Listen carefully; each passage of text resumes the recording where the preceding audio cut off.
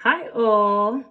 Today I wanted to talk a little bit more about spiritual abuse because I think a lot of people don't really know what spiritual abuse is. A lot of people haven't even come across the term before. What is spiritual abuse?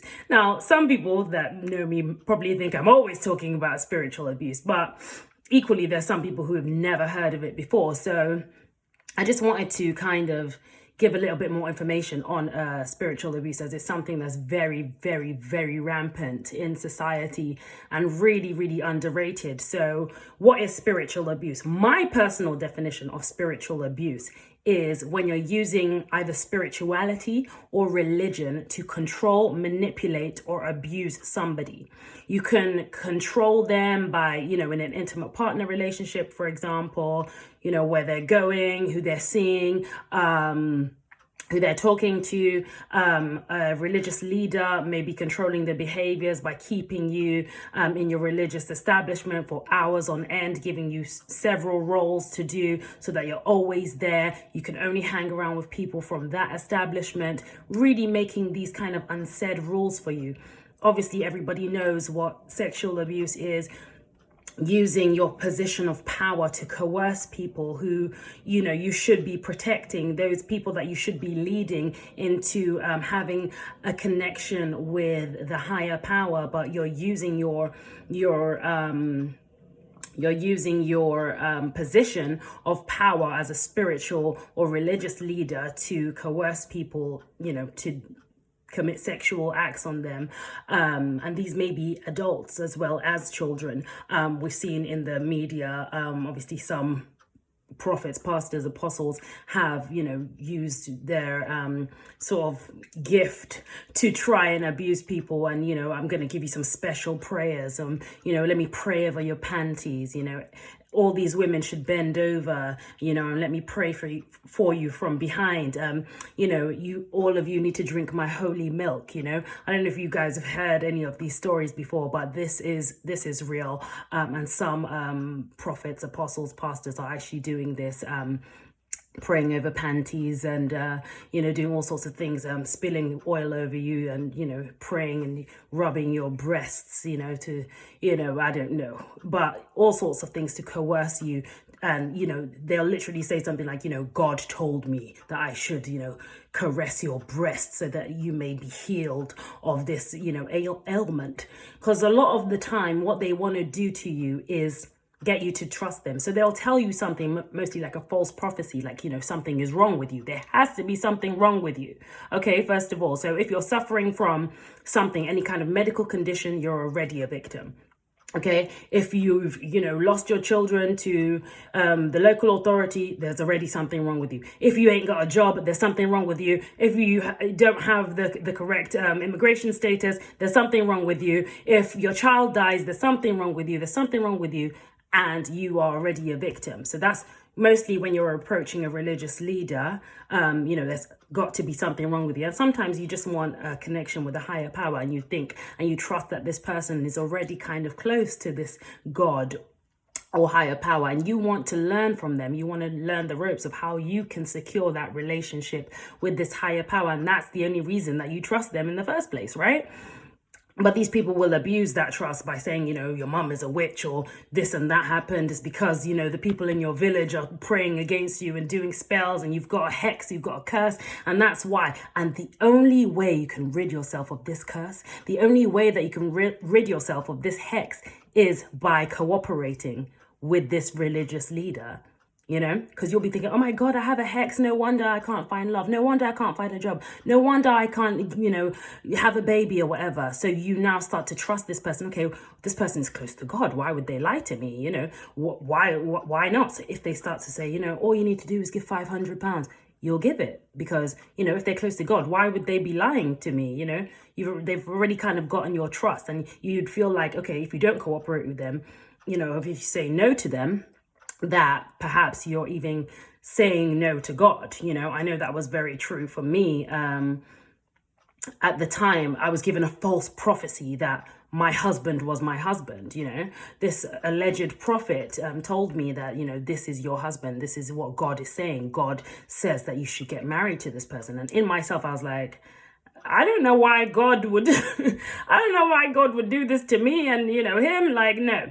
But out of fear, the fear that they'd gotten out of me, because at the time I just lost a child, and they made up all of these lies saying my child died because my family were evil, and they've given my child as a sacrifice for their cult that they're in, or their witches coven. So I got really scared.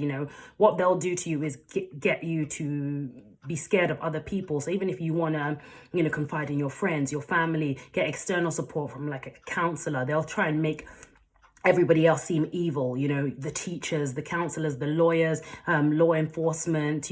If your partner is beating you, they may say, it's against our religion to call the police and things like that. It's against the religion to do this and that. So they'll try to discourage you from getting external support. And the only reason that they're doing it, that not that those external agencies are evil or whatever, but it's just so you can have that reliance on them for information, for help, and they can keep roping you inside this cycle of spiritual abuse.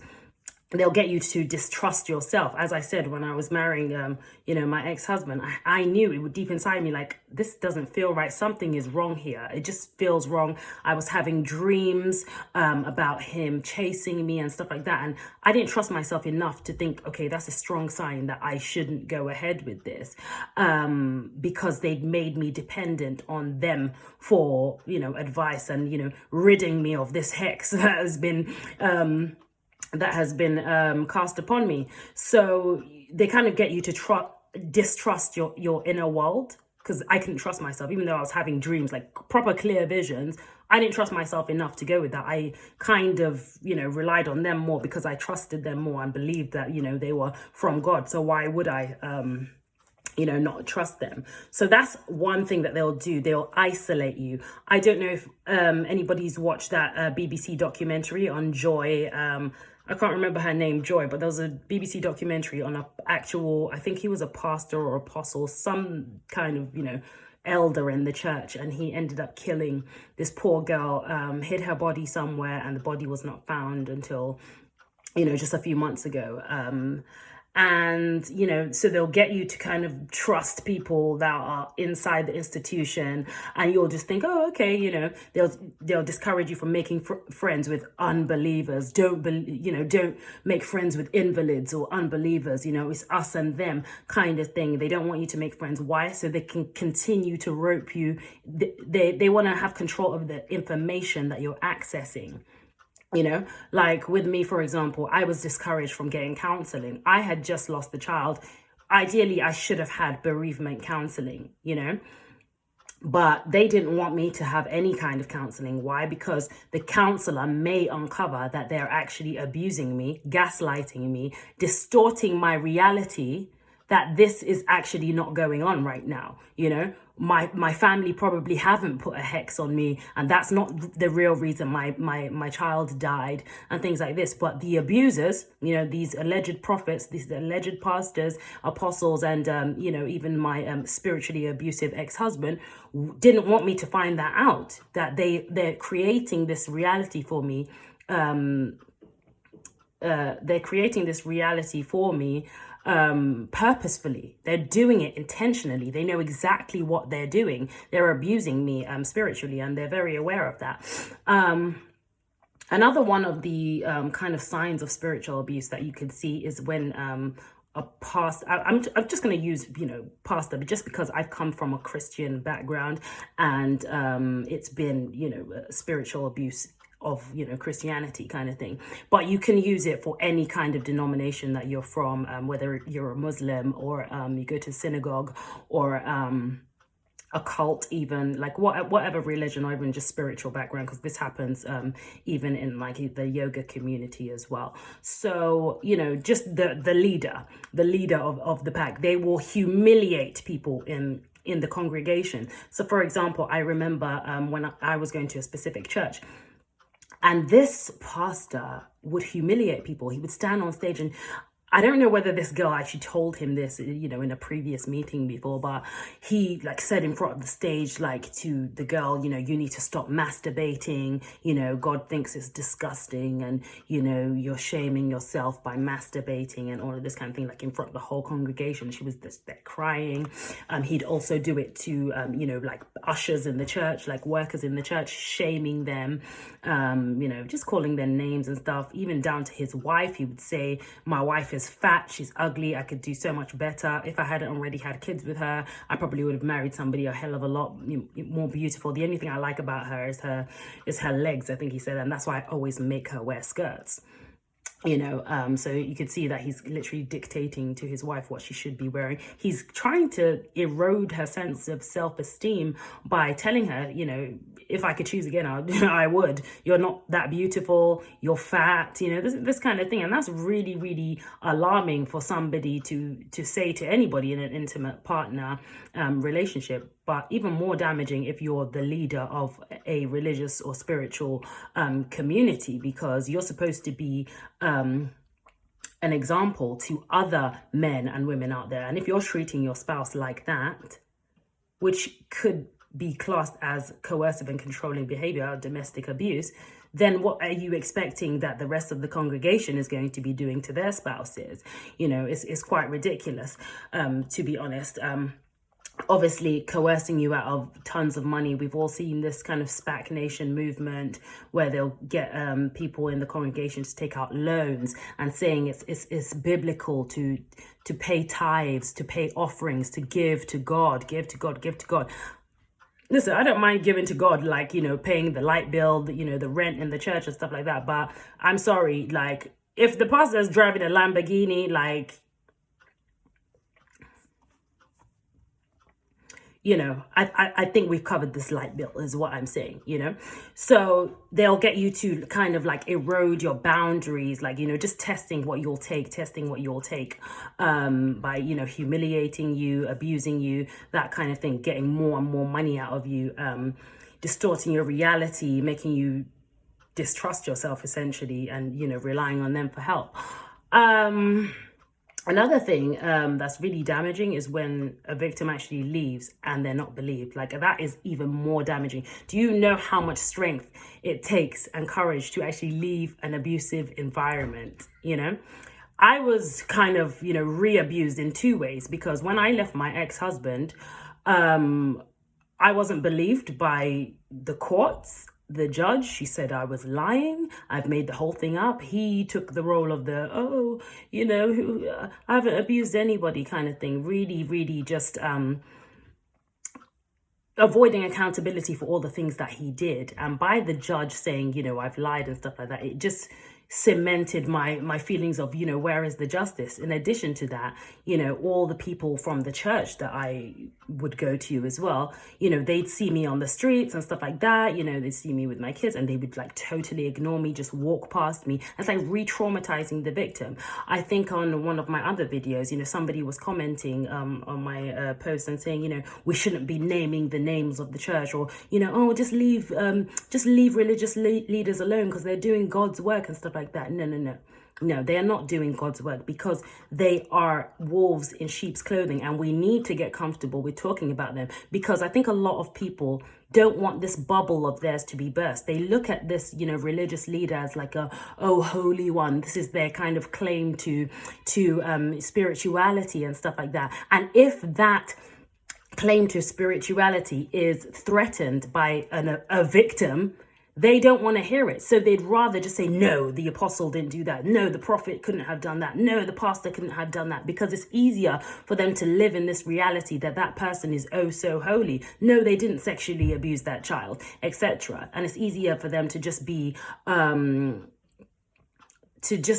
delusional, to think that this person is actually harming people, and people are turning a blind eye just because they don't want to erode their kind of, they don't want their trust in this person to be eroded. And I think it's time we start listening to victims that have been abused, because the way I see it is, the people in that congregation. They are all supporting each other. They're all supporting the pastor or the spiritual leader, what have you. Like, the people that really need the support, the people that really need to be believed, is the people that come out and speak, because that takes so much courage to come out there and speak the truth, that this is what happened to me. I was abused by this religious leader.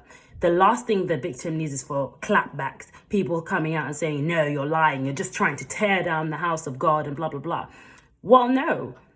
What if the person is genuinely telling you what happened? You know, it's really can be really isolating to think that after all the abuse that you've been through, still, like, nobody believes you. As I say, like, even when I see people like in the same kind of establishment that I was in, and they just totally ignore me, you know, cut their eyes at me. Some of them, I don't know what kind of lies they're spreading about me, that, you know, I'm tearing down the church, or I'm just doing this and that, because they don't want to, you know, the religious leader to take accountability for what he has done. And that's really sad, that we can't just support each other. We just think it's easier to just turn a blind eye to the pain, you know, the scope of pain that these people have actually caused to people's lives. Like, the trauma runs so deep within people that have been abused. Like, I know that it has within me. Like, it's run so deep for me. Like, and for me to come out and speak about it, and people just think, oh, because it's disruptive or that it's disrespectful or whatever, to speak out against it. And it's not about it being disrespectful. It's about speaking the truth. Yeah, that's literally what I wanted to say about spiritual abuse. I'll be speaking a bit more about it on my podcast, Ignite Your Light with Zara Black. I think, well, I'll add the link to it when I post the podcast. But if you haven't heard my podcast, Ignite Your Light with Zara Black, it's on Apple Music and Spotify. You can also find it on Anchor FM. I think the link is in a few of my other videos. For now, if you're watching this before, I actually added the link in. So if you have any questions, or you want to contribute to this content on spiritual abuse, please put a comment below, because I'd really love that, that we can have this discussion about spiritual abuse, and really start to, you know, put the light on this kind of thing. And you know, these people can be held accountable for the kind of pain that they're causing to people. You can follow me on social media, or at Zara Black. That's XARA Black.